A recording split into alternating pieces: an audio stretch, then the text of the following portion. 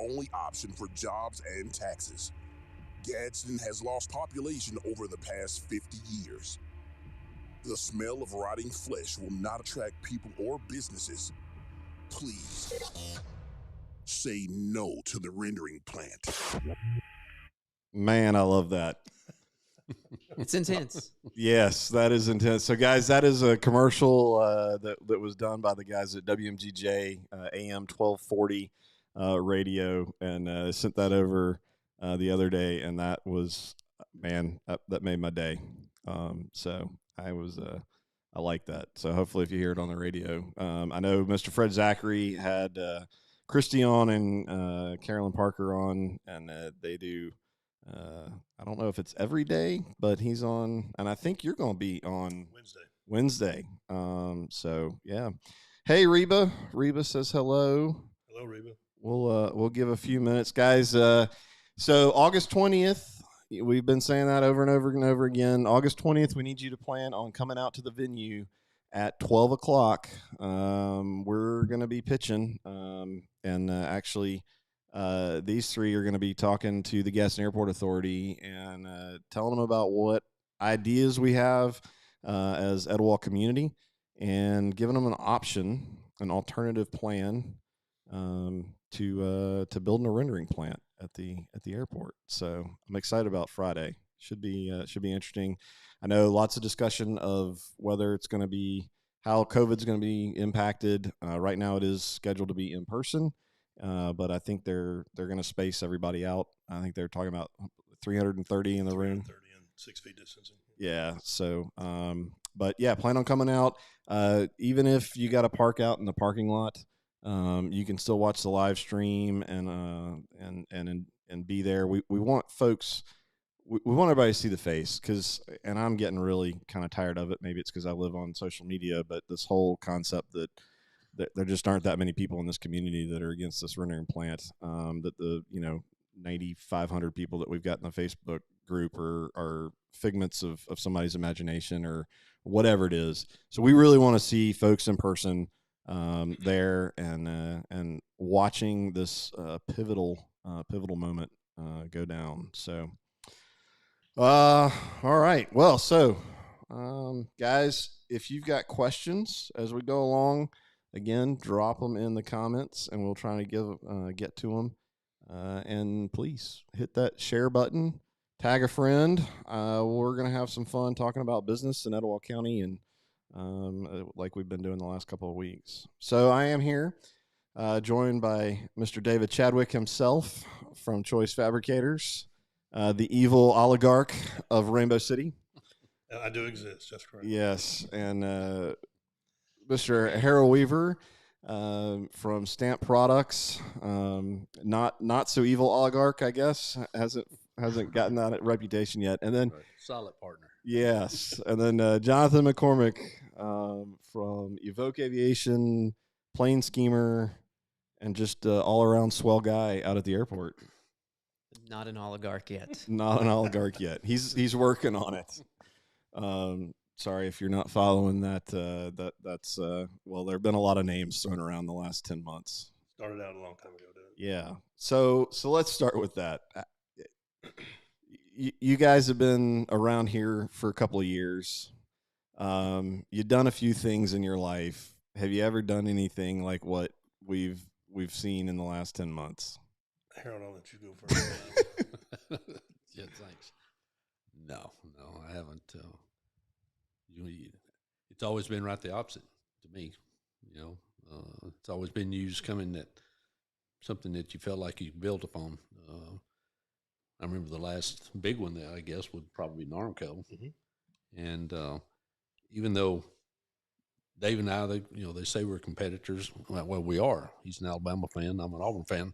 War Eagle. And but Normco come in, and we've always.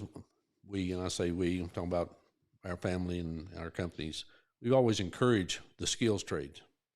So to me, the more of that is built in this area, then the more we're known for those types of things, and then you can kind of build around that structure. So, they came in with the background of stamping, and they build their own tools, and on equipment and a lot of things like that. So we've had that same background, and David and these guys have the same. So it's always been, to me, it's always been decent news.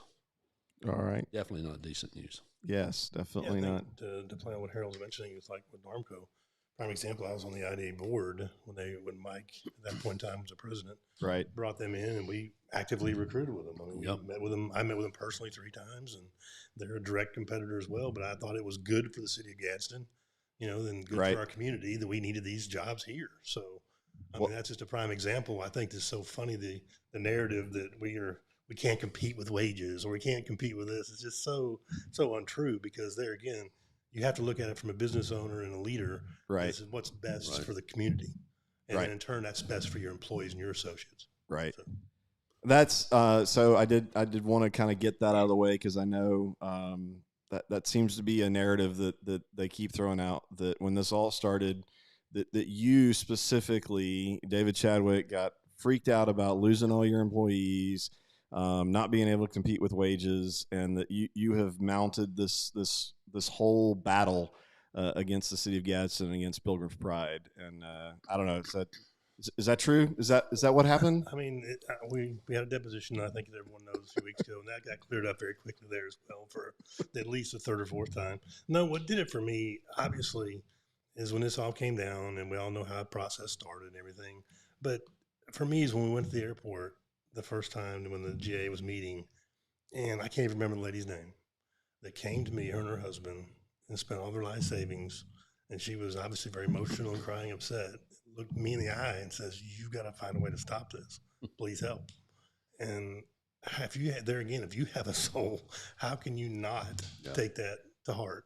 No. So I just think it's a situation where there again, if it was a good opportunity for the community, I'd be supporting it. Simple as that. There is a chicken processing plant, a cooking plant, literally a mile down the road. We didn't have any opposition to that or anything from that standpoint. At that time, it was Kegel's. I think it's changed hands now.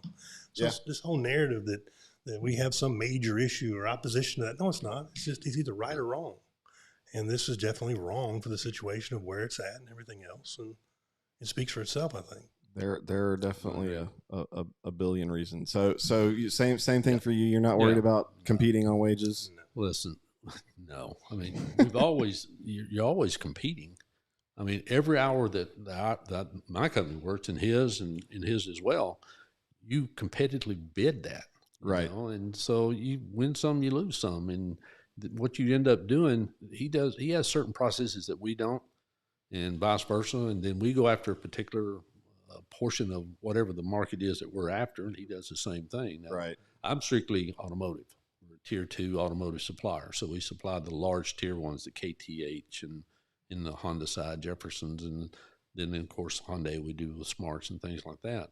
So we just, we're in a whole different realm. He does a little bit of automotive, more so than he probably wants to.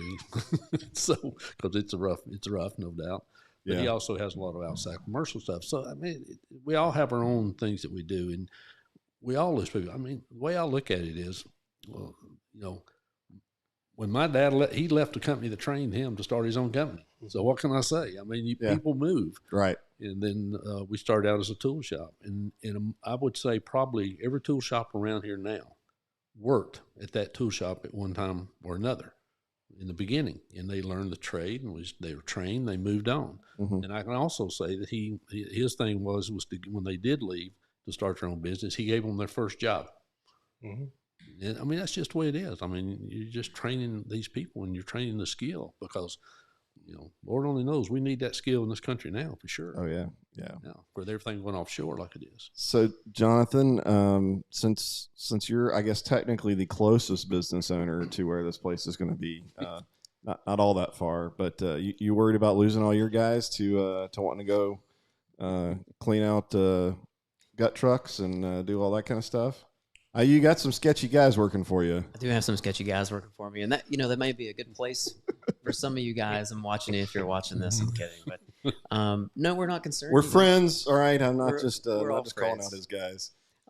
So yeah, I mean that's not really a concern for us because we've got a technical group. We're skilled in a particular asset class, which is painting aircraft. And I don't see those guys leaving for any kind of a Right. industrial job like that. You know, I can see our business being forced to leave. So, you know, you've got the potential of us having to move to somewhere that's closer by where those guys can still work, but they may have a little bit of a longer commute to somewhere like Albertville or a more accommodating airport. Yeah, and you've got a very, very specific set of skills with your crew, and I know most of them have been shooting. Now they've been doing airplanes for a pretty good number of years. Yeah, 10 or 12 years, a lot of these guys have been working with. The majority of our employees, we graduated together at Gadsden State. So we've got a lot of Gadsden State collision repair graduates that are working for us. And honestly, that's where we do a lot of our recruiting too, is from the college level and the high school level. Yeah, and those guys are, you know, they love what they do, and that's why they're working there, you know. Well, I'll give one huge shout out to Jonathan, as I've talked to some of my friends in the aviation world. You know, especially coming off of Oshkosh, the big air show, where you won a bunch of awards, or you know, your aircraft owners did. There's a lot of people that have talked about how you guys are the best aircraft paint shop, particularly private plane air paint shop in the entire country, and I want people to really understand how that's a pretty big deal, and I think it's pretty cool that we've got that right here in Gadsden. How do you build around it? Right. You know, how do you take that? Right. I mean, where else do you go around to find somebody that's got that background? And right. Winning the awards that you're talking about, he's got people coming from all over the country to say, you got time to paint my plane. He's maybe a year from now, 2 years from now. That's a daggum good deal to be. It's a good gig for sure. So why not build around? What else then would work around that instead of something that's going to go in and destroy? I can't speak for him, but he's probably going to move. Oh yeah, yeah, and guys, we won't get into the whole details of the impact. We've talked about that a couple of times over the last 10 months, but yeah, that's definitely so. The education piece you brought up, you know, you're a product of Gadsden State. We're talking, and we've talked a lot about this over the last months. The education issue that we have here as business owners, particularly in the industries that you guys are in, is there a coordinated effort working with you guys? And I'm teeing up I know what the answer is, but you know, is there a coordinated effort working with you guys to produce the people that you need? And I guess we should go ahead and address the fact that you both have, all three of you have openings. So this whole idea that we need more jobs, we need more jobs, we need more jobs. You guys all have openings. We're in excess of 50 people down right now. Okay. We're 15, but we're running at about half sales right now due to the fact that all of our parts go to automotive and they don't have chips. So when the production comes back up to 100%, then we're going to be in a bind. Okay. So producing laborers, producing guys, skilled folks. How has that been through the years, and currently for you guys in this area? Michael, prior to the COVID situation, we had a skill set shortage. In my opinion, we didn't have necessarily a labor shortage. Now, obviously, due to the COVID situation, we're having both. But to the specifics of the training and the skill set, I think there's some scattering, if you will, and some new directions being tried to try to develop that. But there again, we have several different, municipalities that's doing it right. From Huntsville to Tuscaloosa, they've got the, Centers of Academic Excellence, turning out these positions. And there again, these are all well-paid positions, and every one of them have 100% placement. So why in the world, with our resources at Gadsden State and the Bevel Center, it's not Bevel Center any longer, it's changed as far as that goes. Yes. But why do we not have a specific thing? Then in turn, they're going to say, well, we do, but how come we're not reaching enough of our younger generation, right, and even of our mid-level generation, to be in those classes and obtain those degrees, to have those jobs that we all need a skill set for right here in Gadsden? And that's what I don't understand. I don't think we have enough specific push to make sure we get that skill set, because there again, why do you think the Huntsvilles and Tuscaloosa and every one of those municipalities are getting all these, mostly to Harold's point, automotive-driven jobs? It's because the skill set is already there when they come in and hire them. It's that simple. Why are they going to locate in Gadsden where they're going to compete with the 3 or 4 of us for the skill set? That's going to drive the negative things they don't want to drive up. So from that standpoint, it's just got to be a situation where we do a much better job at retaining and educating our workforce.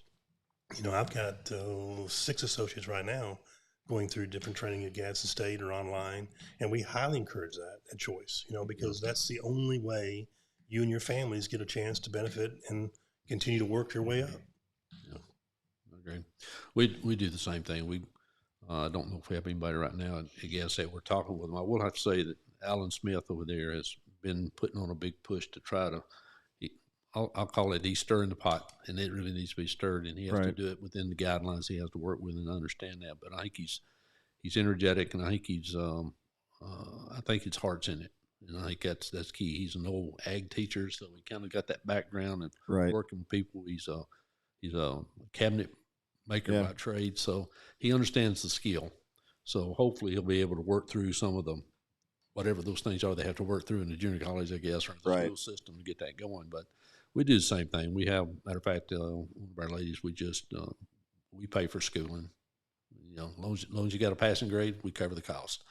And we just got one finished Jacksonville with her master's degree in accounting, CPA, and all that. So she's done. We've got our 2-room manager. He's got a business degree that he got since he's been on.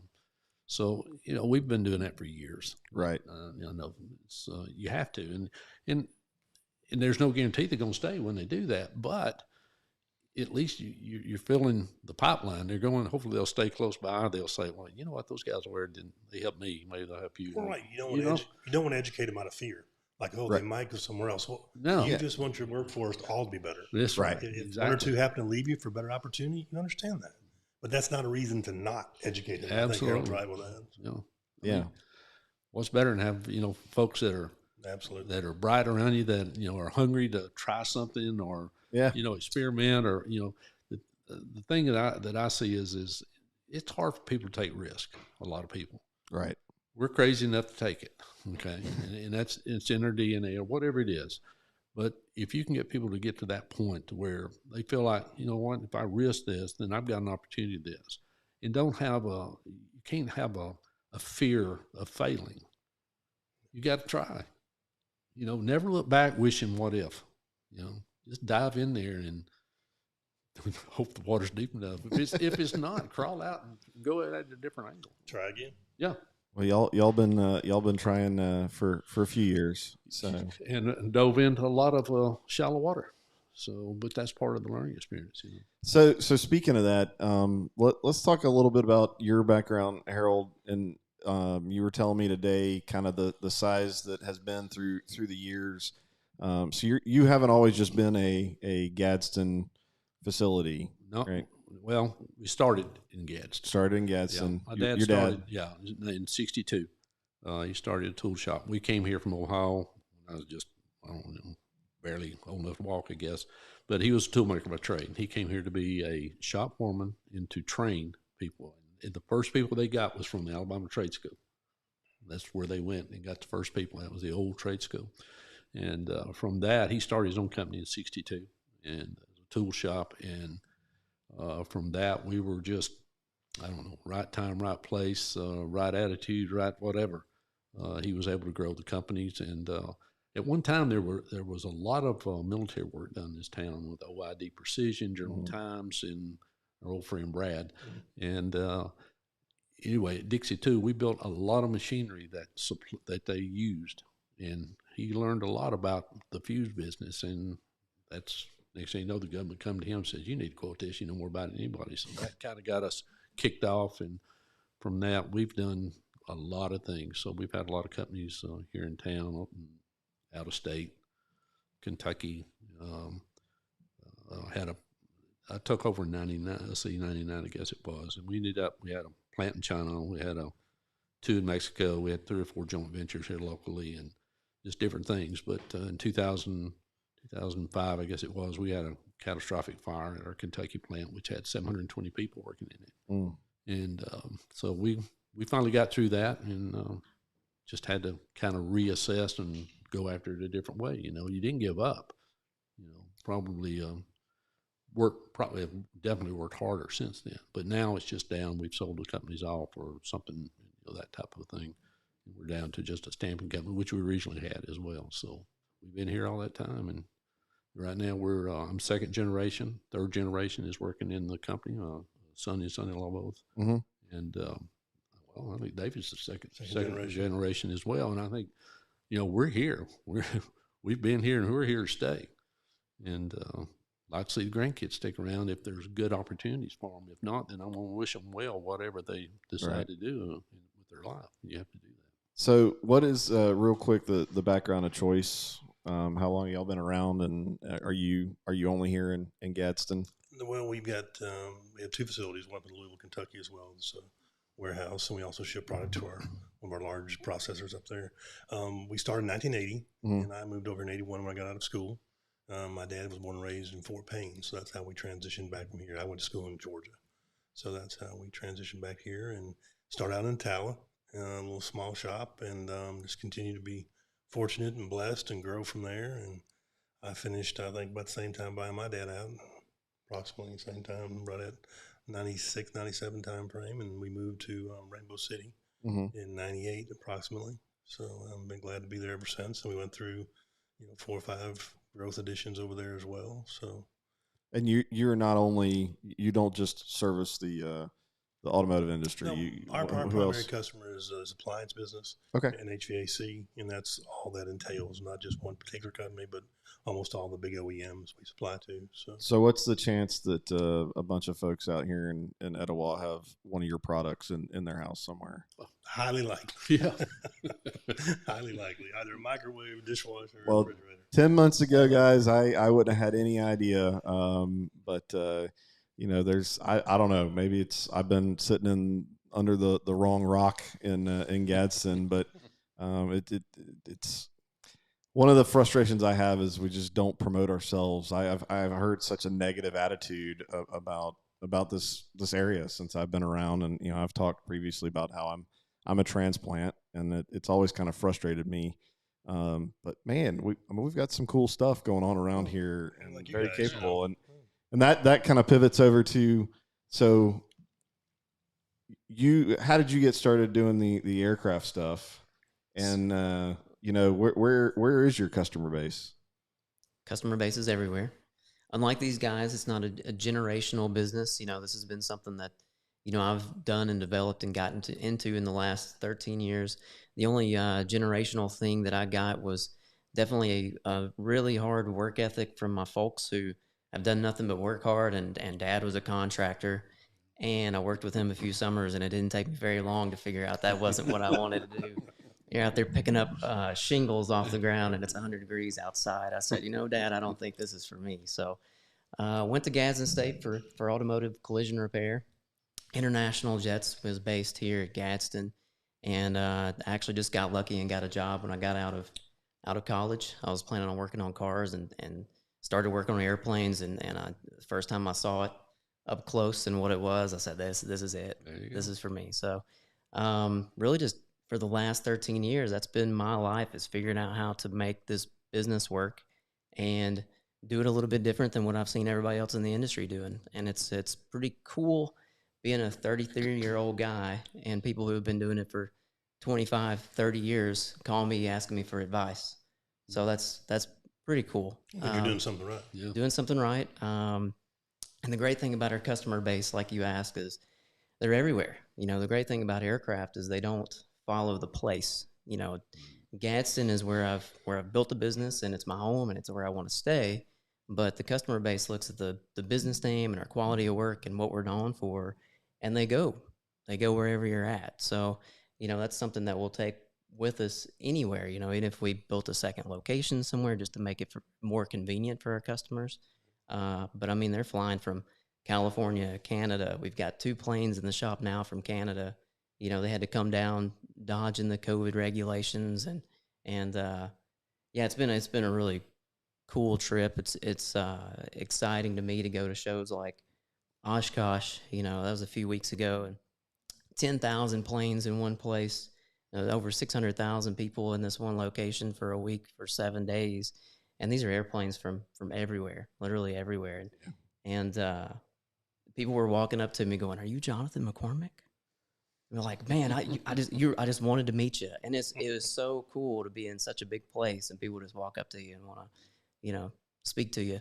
And it just goes to show how a big industry like that, you can make an impact doing something right, and building a reputation. And it is very cool to have it here in Gadsden and be able to utilize such a great airport that we've got, which may be another segue, but long runways. I mean, we've got hotels, we've got everything here. It's perfect for our kind of business. So it's been great. Well, go ahead. I just kind of use the stereotype. If we'll just get out of our way sometimes, and we've found a way here, especially as I've gotten more closer and looking into this situation. We've just gotten in our way so much. We've stifled our own growth. I mean, Gadsden, Etowah County has a tremendous amount of things to offer. If we'll just give it a little bit of leadership and just get out of the way, it will thrive. Well, one thing I think that when you say the county's got a lot to offer, I mean, we didn't get here by ourselves. Right. And all of our folks that work with us here are basically from this county, at least from this area. I mean, we have some come from outside. And the one thing that, we wouldn't have got where we are without them being there and supporting whatever it is, our idea, or crazy ideas and everything else. Or, hey, I hate to tell you this, but we're going to have to work. Well, it's Christmas tomorrow. I know, but the customer wants it, and you have to stand right in there with them and do it. But we've been very fortunate and blessed to have, a great workforce. Oh, yeah. And they kick it in gear, and when you have to produce, you have to produce, and they understand it. But you got to explain it to them as to why we're doing it, too. You don't do it just because you want to get it done and no other reason type thing. Yeah, I definitely don't. And I apologize if it kind of came across that way. I definitely am not like these guys are not. When I say we have incredible things going on, it's because we have incredible people. Absolutely. Jonathan, while he can get in a paint shop and do amazing work on his airplanes, there's no way he could do what he does without the insane work ethic of his guys. I've seen that firsthand. I mean, it frustrates me because we have a ton of hardworking people. I think we've seen that over the last 10 months. Whether it's simple stuff like getting out in the middle of a thunderstorm to hand out signs. We've got people that are willing to go far more than the extra mile, and they're smart people. Oh yeah. Yes, they are. They understand the processes of Bob and Toll. They understand how to work real well. Well, let's. So I'm gonna get into some questions, guys. Sorry, I promise I'm not ignoring you. We could go 1,000 different ways with this conversation, and we've got a long week ahead of us. Getting ready for Friday. But Mayor Taylor, I'll give you.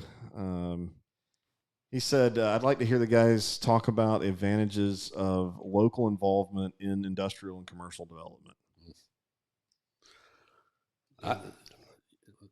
If I understand what you're saying, I assume he's meaning like local, like the government involvement and working it as a group. Is that accurate, Mayor? So, local involvement. I think. Let's go back to the Normco example. I think we were local, and we need them in here.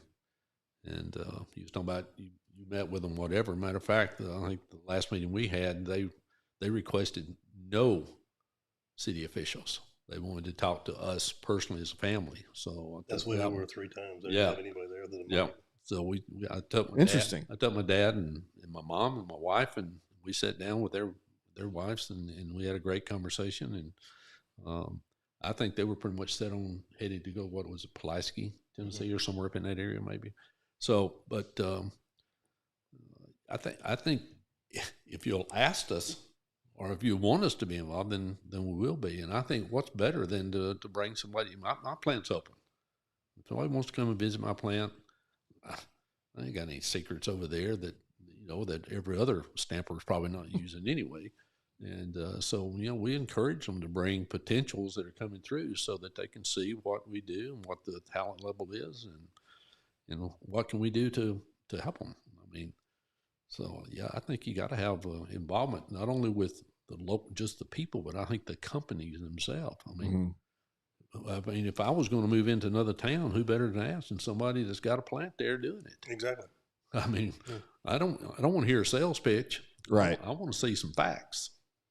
I want to see something. And so that German designed logo from the IDA is not going to impress you. And well, I appreciate them picking me up at the airport and those kinds of things. But no, they've got their place if they do what they're supposed to do.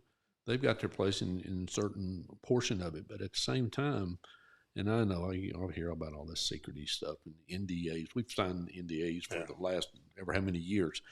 I understand that. I don't mind signing one. Even I think we did even with Narco, but that's fine. But what you have to do is they've got their place. But I think at the same time, why not bring the experience, the actual ones that are actually doing that type, or maybe it's a service that we would be a possible potential supplier or we may be a customer of theirs. Right. How did you get your people? I mean, the Rosniks, it was a ball of fire asking, firing questions, and it's just answering them back. Lots of very in-depth questions, no doubt. Oh yeah. So, speaking of that, we'll talk about David Hooks for a second and the current state of the IDA. You've been on the IDA in previous years. Prior to Mike. Okay. To Mike's passing, yes, sir. Okay, and you were on the IDA as well. Prior to time. So, to the mayor's, his question about local involvement. So, Mr. Hooks came in.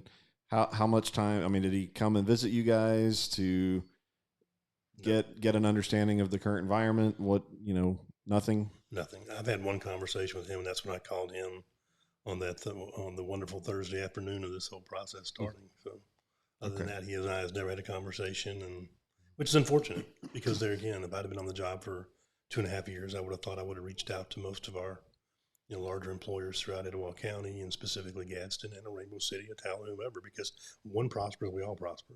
And at least had conversations. What can we do to help? What can we do, to make you grow? And we've never had that conversation. Did you?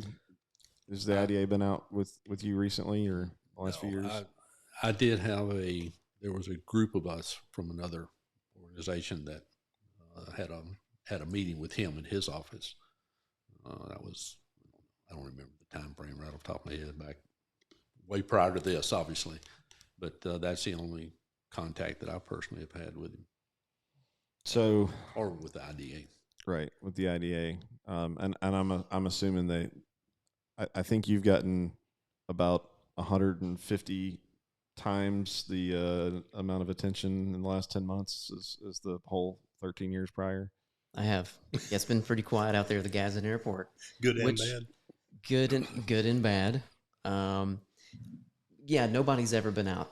As a matter of fact, before this all happened, I never even saw a member of the airport authority in my business. So I'm just going to throw that out there. All right, well, and let's note that I can't speak for you your other endeavors, Harold. But for example, in our facility in Louisville, I mean, it wasn't a tenth of the size the Choice is here, and I had 2 different meetings in the first 90 days I was in business.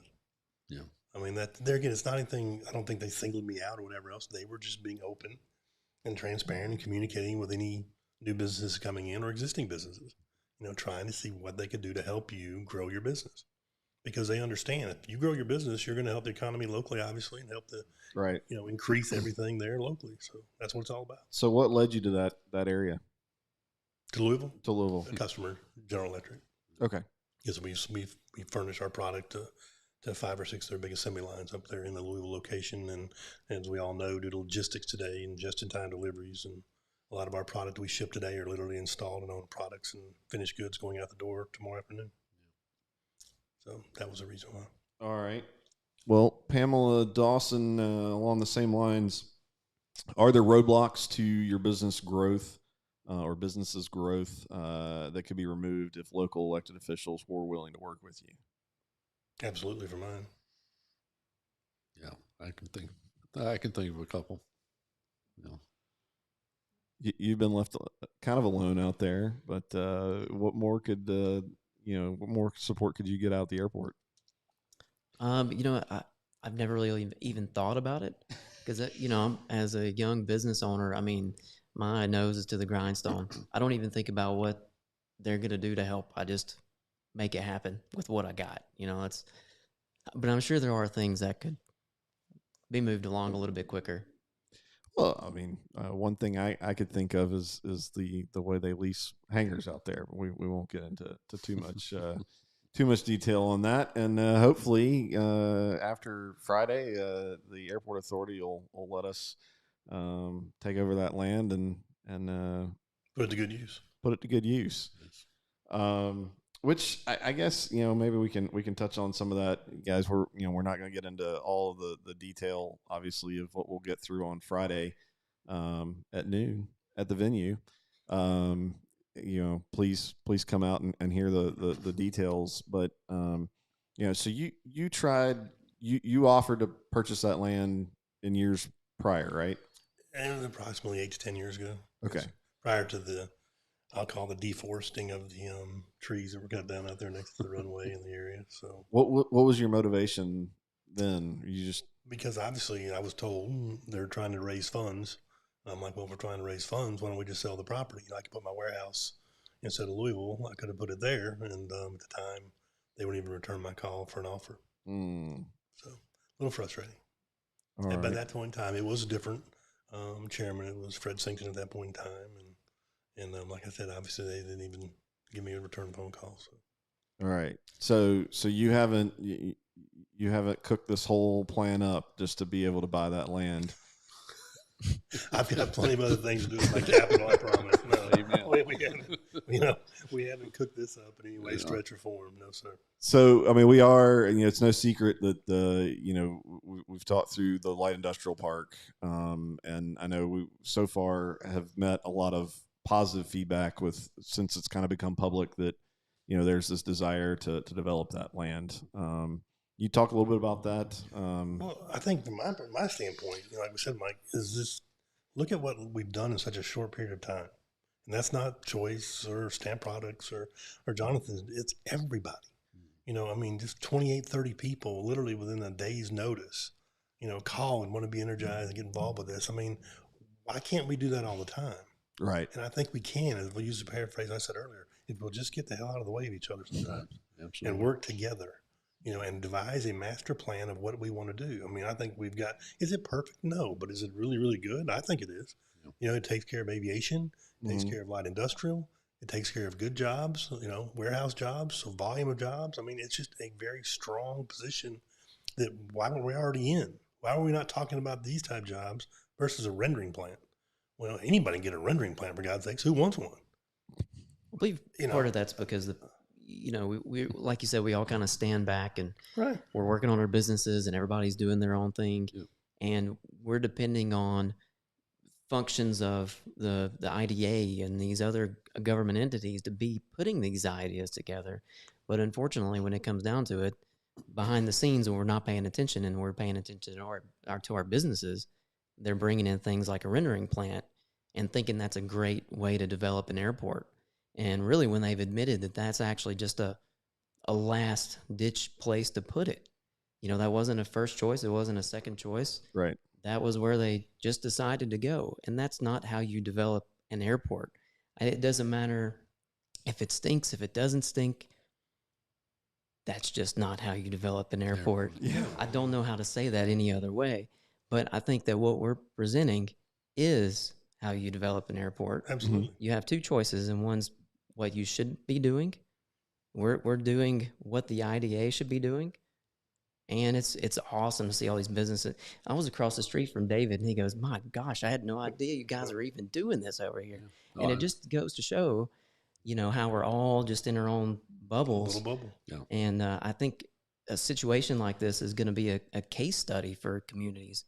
I mean, I'm a positive guy, so I'm going to say when this happens, I think that other communities, hopefully surrounding, will say, "Holy cow, let's get businesses together and see what they can do. Let's get the government entities out of the way and stop dumping money into that.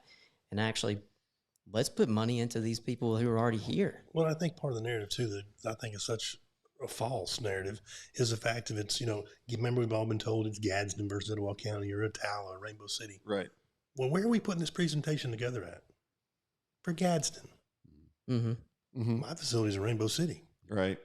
I mean, Gadsden. So, I mean, my point is that just kind of debunks there again. Right. The whole narrative of we don't care. Well, That's all we do. We care about the whole of Etowah County. And I know all of your employees at all three of your businesses all live in Gadsden or in Rainbow City, right? They don't live in other municipalities. The statistics that I gave today at the they council. do. Yeah. Mine does. Yeah. I had more in Gadsden, greater proper than I had any other. Yeah, we'll have the majority of the city limits. And that's my point. I mean, this is just and we again we've talked about it for months, and we need to keep talking about it. It is absurd to think about it in a Gadsden versus Southside versus Etowah standpoint. I mean, It's just we're not big enough of a community to worry about that. And I mean, I know very few people that live and work in the same municipality. I mean, I live in Rainbow City. I work in Southside. I mean, you don't live in Gadsden. I live in Altoona. You live in Altoona. Shout out to Altoona. Horton's Bend. So I mean, and you're in Rainbow City. Rainbow City. So yeah, I mean this whole idea that it's Rainbow City versus Gadsden, it's just crazy. That's to me, that's in a small-minded person's thought process of what we need to do to grow as a community and how to actually make things happen around here. That's just calling it as my opinion of what I see. It's just drives me insane. So hopefully we can. It's like David said, we got a lot more things to be doing. Yeah. Oh, amen. And especially in the economy that we're in right now and the situations that we've got, the fight that we're doing with all the COVID, and now it's popping back up. Now we're sitting around having more meetings again. Are we going to have to, change what we do, this, that, and the other? And in our case, our business is way off because automotive are not building cars because of the chips. So on top of that, we're short of people. Right. Those are the things I'd like to be involved with and working on. Well, it's like you're saying, Harold, with any business owner, not just the three of us, but any business owner today has got more than a full plate of challenges. And the last thing, there again, I've spent way more time on this than I ever intended to, but there again, we're committed. We're in the fight. We're not going anywhere. That's right. We're until we see this thing through, and this rendering plan has gone somewhere else. So I agree. Yeah. All right. Well, let's shift gears. We got a little political question here. That's for David. So since we've been through this, the question is: do you think that Montgomery is putting pressure on Gadsden to push this deal through? I don't think there's any question. Absolutely, yeah. My thing would be, so what? Right. Say no. If the best we can do, is a rendering plan from Montgomery, what's going to be David the next? Hooks, or anybody else? I mean, really? What are they going to offer us next? Exactly. I can't wait. It can't get any worse. Yeah. I mean, that's the best we can do. As we've all said, we can do a lot better, and we'll show you Friday. We can do a lot better, and this is the best Montgomery David Hooks has got. Yeah. So yeah, Lisa. There's certainly pressure on that. I will say I think there's been some false perception of the pressure that we've heard from some of the elected officials around here. To your point of, oh no, if we turn this down, that they're not going to give us anything good. Good. This is good. We don't need any other recommendations from Montgomery. Now let's also make sure, because somebody will be ugly down the road and accuse us of hating on the poultry industry. We all enjoy eating chicken. I love chicken. Absolutely. Yeah, I mean fried chicken, barbecue chicken. So it is, the rendering plant is a necessary evil, or it's a necessary industry. I shouldn't say evil. Everything has its place, should be in its place. Right. This is not the place for that. So you don't think there's anywhere in Etowah County that this thing would? Me personally, no. Because there again, we don't want to use to me, because there again, this whole narrative of, well, it's over there. No, it's not. It's in Etowah County. I don't want it in East Gadsden. Right. I don't want Alabama City. I don't want it in Hoax Bluff. I mean, it does not need to be here, period. So as bigger business owners, and when we talk about not having them in Etowah County, my brain goes to not just the environmental issues, the smell, any of that kind of stuff, but how would you feel about having them as neighbors, as business, business practices and their reputation? Does that give you the warm fuzzy that? I'll let Harold or Jonathan answer this one first because I have a really strong. I wouldn't even have taken the phone call. Yeah. I mean, if you do 10 seconds of research, why did we even answer the phone? I mean, are you kidding me? I mean, 3.7 billion with a B dollars refined by the Brazilian government, and now we're up to over $600 million by the U.S.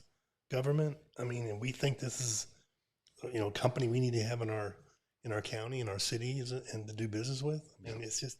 I think they just just indicted yesterday, or they in the originally past had days. 2. They just indicted 4 more Friday. So there's 6 Pilgrim's direct executives now indicted for price fixing and bribery. So Yeah, then they're making the move to privatize Pilgrim's Correct. Pride, which means they're not going to have any stockholder, anybody holding them accountable. we'll have to answer Totally right. private. The Yeah. only people they'll answer to is JBS. Right, correct. not the SEC or anybody else. because JBS is owned by J&F Investments out of Brazil. That's the parent holding / trading company that owns the JBS and the conglomerates below that. So with that said, I will take a quick second to make a sales pitch for the Etowah community concept, and not just our investment, but in also just trying to encourage and promote growth from within. So if they build a rendering plant, a portion of that money is for sure going to be going to Brazil, right? Absolutely. They talk about the $70 million or whatever number they make up on any given place they're talking about, $70 to $100 million investment. How much of that capital investment is actually going to be invested into Etowah County? I don't know if I know the exact numbers or whatever, but I know that from what I understand and read, I mean, the equipment's going to be bought out of Europe or somewhere. I'm not sure where it's coming from, but I don't know anybody in Etowah County that's going to build some kind of special something for them. Right. I think that probably the biggest thing might be the cement. Okay. I don't know of anything else That could be local. That could be local. They talk about the transportation. Well, that's some guy. Well, he was at the city. He was out of Texas. He's going to build the trailers or something. I don't know. Right. Those non-spill trailers. Oh yeah. So the advantage of developing from within and they're questioning the abilities. That's one of the things that's brought up. Can we build this? Do we have obviously the financial capability? I don't even know where they're getting at with do we have the skill sets or what they really mean? It's kind of laughable, to be honest.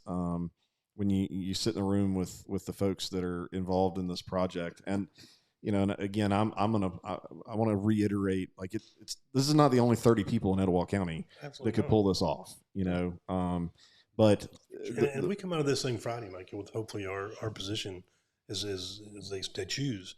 I think you'll be amazed once they know if it's going to happen, how many other people will come on board and want to be involved. I mean, right. It's just going to be a great thing from that standpoint. But so to the original point I was making, we're talking about money from Etowah County that's being invested into Etowah County.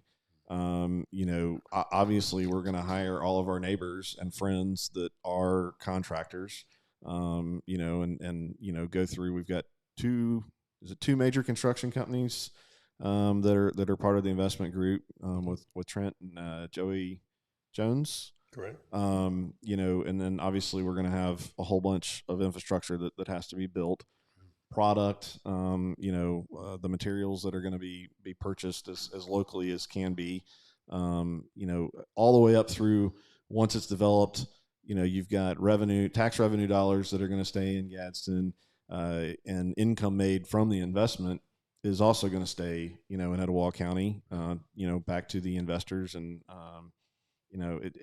it just seems like a no-brainer to me, but obviously I guess I'm on the wrong side of the issue according to the IDA and what they think we According need to to the do. other three people.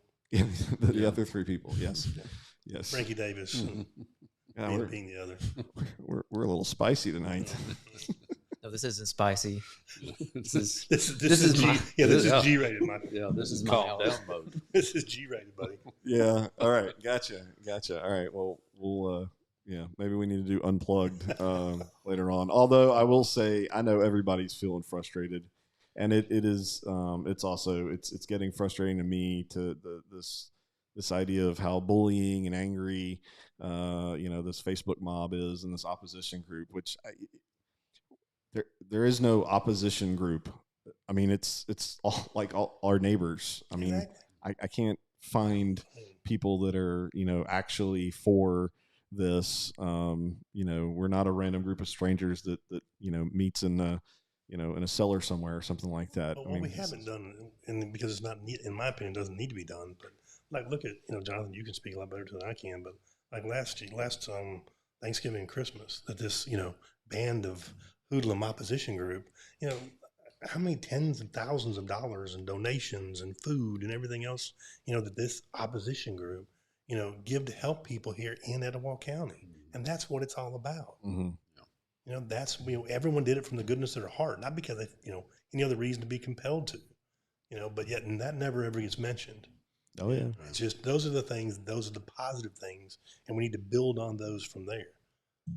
And that's what I think we don't do a very good job of. But there again, I don't think we need to defend ourselves. No. I don't think we've done anything wrong from that standpoint. I think you guys have done a great job monitoring the site and trying to keep it above board, and the people that want to get that frustration out there, there's no one should be more frustrated than myself. But there again, we try to keep that under control. You're not allowed to type, are you? No, not at all. You notice my email chatter is very, very minimal. Yes. Yeah, I mean, I'd say I've been honestly in 2021 America, I've been pretty impressed at and it speaks to Etowah community. It speaks to the people that we have, Absolutely. around here. It speaks to the intelligence. I mean, you talked about how smart folks are around here. I mean, that's been. I mean, to hear an attorney, that's the caliber of Christie, when all this started, going, wow, wow, this is that's very insightful. Oh wait, that's I mean, just amazed that the amount of effort that people are pouring into reading through all sorts of stuff that I personally could not bring myself to read every page. I think it plays off what Johnson said earlier, and I'll take part of the blame on this as well. Shame on all of us for allowing this thing to get to where it's at now. It didn't get there overnight. Yeah. This has been the good old boy club for quite a while. And it's taken a while to get this thing, Yeah. and it will take a while to get this thing corrected, but it needs to be corrected for all the citizens in Etowah County, period, so we can all grow and do things positive together. Thank goodness we had an election coming up here. Yep. Yeah. And there again, for the record, I have no ambition of even running for dog catcher. I don't care about anything about politics. I hate politics. So just to make sure that gets put out there as well, because I was also told that I'm doing all this so I can run for some political position. Yeah. Well, and I've said it to a number of people, off the record, behind closed doors. But I have a feeling that if you guys had wanted to be major players in the political scene around here, you've had the resources for years that you could have done that. And I hope, maybe that's just maybe an awfully frank way of saying it, but I mean, that's kind of a silly thing that all of a sudden now in your life that, oh, yep, I want to take over the government. I mean, that's probably the last thing you wanted to do from 10 months ago. Business owners, we live in a black and white world where we have to make decisions quickly and efficiently. Unfortunately, for most of the political things that I've been involved with, they live in a gray world where there is no right and wrong. It's just some minutiae in between. And they love to live in that world because they can blame others when it doesn't go right and take credit when they shouldn't take credit. So, from a business owner standpoint, we can't live in that world. We'd be out of business. And we make a decision, and then you have to live with it. Right. And whether it be good, bad, or otherwise, you got to move. You got to move fast. So that's what. All right. You don't have to worry about what someone else thinks. We're the one signing the bank notes. So, which is why I think a development where it was just business owners, I think like David yeah. said, you'd be so surprised to see how quickly and efficiently everybody can come together and build something that, really probably nicer than we imagined by the time. Because every time Yeah. we're talking about it, it's, well, we need to put this there. Yeah. It's constantly, how can we make it better for the people who are going to be here? I mean, it's incredible to hear these guys speaking from their experience of, hey, this is how we can make people make their lives easier, make more people want to work here and come here, and get to watch airplanes take off and land. We've got like Cofield Aviation out of Gadsden flying 10 students right now. I mean, that's another potential 10 aircraft owners to have in the Gadsden airport. I mean, that's incredible. It's so cool to see. And it's a shame that this is what it took to put all this together. But we're here. And, it'll be interesting to see the politicians who's going to choose sides, because I think Friday that people are going to have to choose sides. They're going to see both opportunities, and you've got one thing that should be built on an airport and one thing that shouldn't be built on an airport. And I think it's going to be very interesting to see what side everybody lands on that. So I'm excited. Well, I think the other part of Oh, it yeah. is it's local. Yeah. It's local. It's local. Mm-hmm. So if you're out there and you don't like something, you don't have to get on a jet plane and go to Colorado or Brazil or where the heck they're from. You can probably go across the street and knock on their door. Right. I think that's important because we're all embedded right here in this area. Yeah. And we've been embedded here for a long time. Just like 42 years of payroll. Mm. Yeah. So we're going back, like I said, we started in 62. So, we're here, and we're more concerned about Right. this than anybody that can fly in and fly out and answer a question over an email or whatever else. Right. Let them work it out. Well, I mean, they and Pilgrims and JBS as a whole seems to have a pretty good track record of, they use up what resources they need to use up in an area and move on. I mean, Boaz comes to mind. That's their business model. And I mean that is that's a way of doing business. That's I guess their business model, but no, we're not that way. I mean, you can't. You got to replenish what you take. So we can't do business that way and live and right. enjoy the city and the county like we do. Exactly. And I will say, we can take jabs at Pilgrim's Pride, but I mean the problem that we have here is not Pilgrim's Pride. No. It's internal. Right? I mean, you fill in the blank, whatever company, because they're not the only ones that would take advantage of the situation. They certainly seem like their MO is, and my impression has been they thought people in Etowah County were a bunch of dumb rednecks. They run the numbers and they like them. Oh yeah. So what is the fundamental problem that we've got here? How did we get here? Leadership issue. You mentioned the behind closed doors, the good old boy network. How do we change? How do we change all of that? Come the next election. I think you got to take that and you got to start having some vision. Mm-hmm. Have a strategic plan that's laid out that's going to get you. You're not going to change everything overnight, like David and these guys said, but you've got to have some type of plan out there that says this is where we want to go, and it can't be one or two people making that decision. It's got to be a group that has the ability to visualize and see, and you got to take in all parts. It takes all kind of ingredients to make a pie. So you got to have somebody that's protecting the community, somebody's protecting the environment. It's got to be a real mix of folks that has a special talent. Right. Can come together and put that together and then listen. That would be a big help if we can get people that will really listen and absorb what's being said and then take that and come up with a strategic plan or a long-term plan. It might start out with a 2-year plan and a 5 or whatever, but strategically you can, it's a living document. It changes with the times or the government or whatever mandates are. So we got to get some vision. Well, so a question that comes to my mind along those lines, and you talking about a group effort to try and figure out where to go and making those decisions. As we approach Friday, the current group of guys that's on the Gadsden Airport Authority, what do you feel like qualifies them to make this massive of a decision for our entire community on what's the best thing to sell the land to and do with it? As far as qualify, I don't know the individuals personally, so I can't speak to that. I wouldn't. I don't know. I just hope that if they will listen and if they'll evaluate what they hear, if they think about what is best for the overall, not best for the immediate future, but the overall and the long term, and what does it mean to the community and everything. If they really take their job serious and really look at it and dissect it, obviously I'm voting for us. Well, So any leader in any organization is not going to have the answer to everything. It's about talking to the people who do know. It's about asking the people who have the answers. Take the time to do the research and speak to the community. And I think that step has been completely avoided. And we're going, whether the answers are coming from Montgomery of this is what your city needs, you're missing the whole point of the community is what makes this a good place to build a business, not Montgomery or whoever, an imaginary person saying this is what you guys need. And I think our leadership has definitely missed that aspect. That's an understatement. I think you're going to find that we're going to make the star of this thing Friday the airport. Not me, not him, or whatever. I think that's going to be that's the bright star in all this. Right.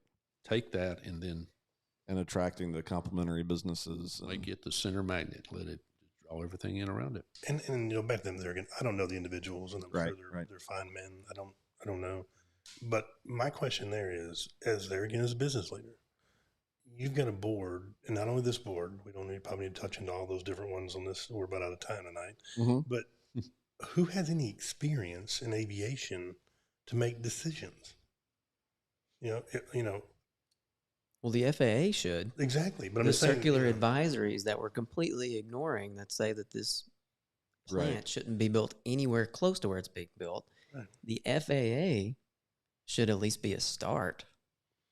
Right. But let's not, they are not the ones that decide the aeronautical future and development of an airport. It should be done locally. But there again, that's part of the frustration. We go back to the good old boy. No one's on this board that's got aviation experience. They're all friends and affiliates of one way or the other with the mayor. That's just discouraging. Because there again, I don't want to always be right in any of my conversations I have with any of my managers, or if I'm seeking a manager, a new position, I want to hire the best qualified person. If not, I'm cheating myself and my company. Right. I haven't made a good decision. Right. As simple as that. So I'm going to listen a lot more than I'm going to talk, and I want that person to have better ideas than I've got. Or everybody around you is going to know that you made a mistake. Exactly. They're going to let you know it. The rest of the people in the group. That's the way it works. Because I think whoever the new mayor is going to be, because obviously Sherman, Mayor Sherman is not running again. So anything happens to one thing, for heaven's sakes, just please only appoint someone to one board. Yes. Not 5 boards. Yes. When I talk about the Good Old Boy Network, if that doesn't summarize it right there, I don't know what does. Right. That is just ludicrous to me. You cannot be your level of expertise in 5 different things. Right. Pick one. Focus on it. We were told no one volunteered. That's why they got put on this. I don't believe that. No one volunteered for any of this, and look where we're at. Yeah. Yep. Right. And look where we're at. Exactly. Well, all right. Well, let's we will close it up here, guys. We got a question from Miss Heather New, and I think it's a good kind of general question to wrap some of this stuff up. As an existing industry, what are some services you need most to help you grow and succeed? And do you see some opportunities for economic gardening? You've been up quiet over, Jonathan. I'll let you take that one. I've been that quiet. I've just been listening to the senior industrial oligarchs across the table. I don't know if that's good or not, Harold. I don't know about this. Hey, look, in this 10-month period, I think that's a compliment. I think I don't want to be like a broken record, but education. Give the skill set a tremendous level of improvement, and we will have the workforce here to continue to grow, and not only through our tax base, our revenue base, and everything. But it's got to start with education. I think, and I'll use one of the things that she does, since it's Heather. I think they need to know us, know more about us. We're not bad guys. We like company, so come visit. But Heather brings. You're not just out there counting your money and trying to figure out how to screw the citizens. You got the cigar in there and the cap and the visor. She brings a group through, and I can't think of what it is, but it's a mix of people and all the different. They might be from Honda, they might be from all other. There was some school teachers involved and different ones, and they do. It's a program that they do, and they just I don't know if it's teaching about business or what explaining and going through the different things we do. But then she loads them up on buses and brings them around, and they do a factory tour. Well, none of them's been in a factory like ours in most cases. And so I think that's part of it. I think, there's a learning curve out there of educating the community that we're just not an old manufacturing company out there. Well, yeah, you go over there, they're going to work you to death. Well, no, we're not going to work you to death. We expect you to work, obviously, not be on your cell phone and a few other things. But I think, look, see what we do. When you start seeing a guy or a lady out there start punching the buttons and making this robot turn and go and start welding and do the different things it does, it's kind of like, whoa, y'all do that? Yeah, we've been doing that. Yeah. Well, I mean, like we talked about earlier, I mean, there's most of us around here probably got some part that was manufactured, I mean, less than 5 miles from our house that is on a car that we own or and most people, maybe for folks that are around here and have grown up around here, they are more aware of that, but I certainly haven't been. I think technology, as we all know, has been grown by leaps and bounds. It's the same thing in our factories. I mean, whatever factory it was 20 years ago, if you're in business today, you've got to be able to be cutting edge technology to be able to compete. And it's the same way. I mean, I've got an operator that's in charge of $1 million piece of equipment. Well, I want him or her to be highly skilled and trained. Yeah. I don't want them not to be. So that's where I go back before. I think, there again, I can only imagine there's a multitude of choice fabricators out there that need those positions. And I think there again, because I want to see us, like I said, continue to grow locally.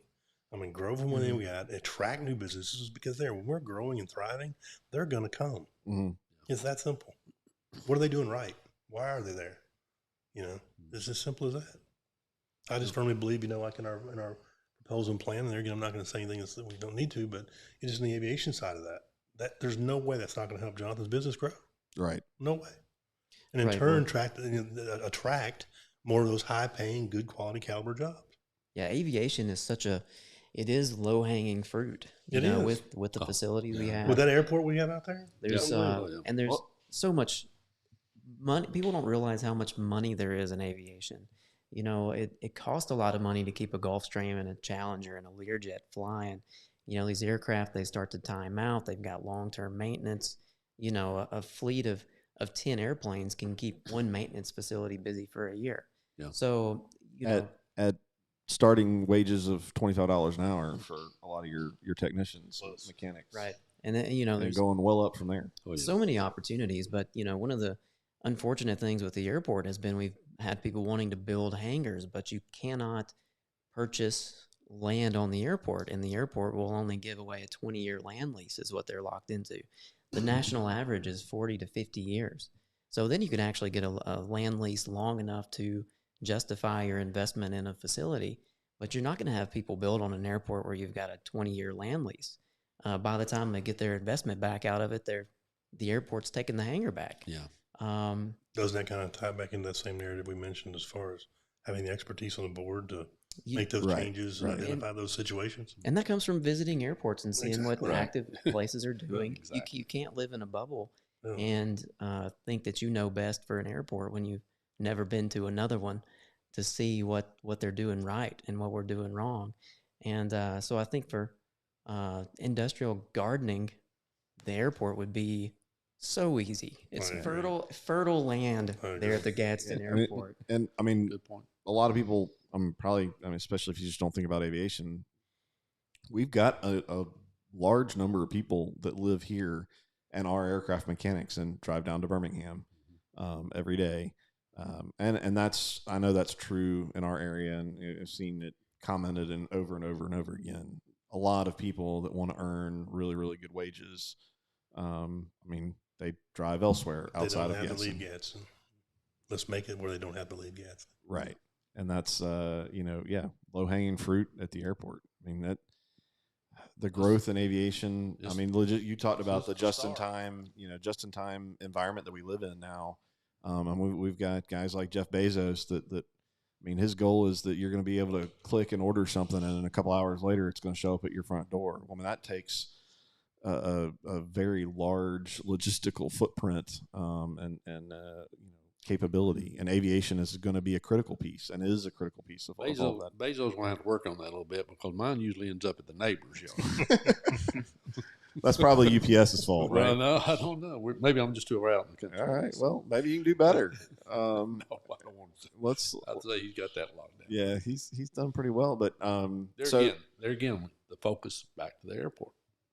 Right. It's sitting there, and I think we just take off. We've abused it for a long time, and I have known nothing about aviation, but I can tell when a facility's been utilized and when it hasn't. And we went out to Jonathan's little event they had, and great event, and I'm just like, this is sad. Oh, it's sad. Yes. This is truly sad. I mean, and there again, no one's going to park their $30 million Gulfstream there when the hangar door is falling off. You know, I mean, build it and they'll come, I promise. Mm-hmm. So. All right. Well, any parting last thoughts? I know you guys got to go home and get in bed. Us senior citizens. Senior oligarchs. Sounds bad. Senior citizens. I just afraid we can do better. Let's just do better. Yeah. Agreed. Well, guys, thank y'all so much. Sorry we didn't get a whole ton of questions. I'm trying to see more questions in there, but a lot of great comments. A lot of thank yous. Thank you guys for your time. You certainly didn't have to be here. A lot of other things y'all could have been doing. And I want to very publicly say, one of the biggest things that has encouraged me and given me the desire to invest the amount of time I have in all of this the last 10 months is to see that this whole thing has guys like you that are involved all the way down to, your, week to week paycheck guys. Absolutely. It takes all kinds of people to make a community work, and whatever you want to call this thing that has occurred in Etowah County, it encourages me because it has affected everybody. And so many people have stepped up, whether it's with time or monetary resources or both. And thank you guys for what you're doing. I'm sure 12 months ago, you certainly were not thinking about this as a, oh yeah, hey, let's go buy 88 acres out of the airport and turn it into another venture. David and I talk about this all the time. Who can we jump on tomorrow? Not likely. Now, I want to tell you, I think it's great that all these folks have gotten involved in and I encourage them to stay, not just to the end, right, but to the beginning of what it is to go forward after all this as well. So I think that's very important. I think it's opened the eyes to a lot of folks, and even to me as well. So I mean, I've kind of like a few times had to look at that and go, "Do what?" So, but anyway, I appreciate all the folks that have been involved with this for sure. For sure. I think David's done the do what quite a few more times the last 10 months. So no comment. But there again, thank you for all your time too, Mike. You've done a fabulous job, and like I said, your amount of time is unbelievable. But there again, we've been challenged, and we just got to face the challenge. We're gonna win this at the end, and not give up until we do. And we're gonna make it better we're gonna make it better for everybody. When this is all said and done, we will be a better community for it. Absolutely. Fight for the soul of Etowah County. There you go. I believe it. Maybe it sounds a little over the top and cliche, but I think that is absolutely what is going on right now. So, guys, thank y'all so much for your time this evening. And again, Friday at noon. Prefer that you come down to the venue and show your face. Watch it in your car out in the parking lot, and jump on. We will plan on live streaming it. And as the COVID protocols are going, we're going to flex with that as we need to. But we think it is this. I think is going to be one of the biggest decisions in the recent decades of our community. And I'd like to see faces for all these names that are on the internet and the Facebook mob. But also, we need people there to witness, to see these guys make this pretty monumental decision, because I think it's something that's going to be it's going to affect generations around here. I think There's is no the doubt. path we're heading down. So, Yep. thank y'all. Y'all have a wonderful Monday night, and we will talk to you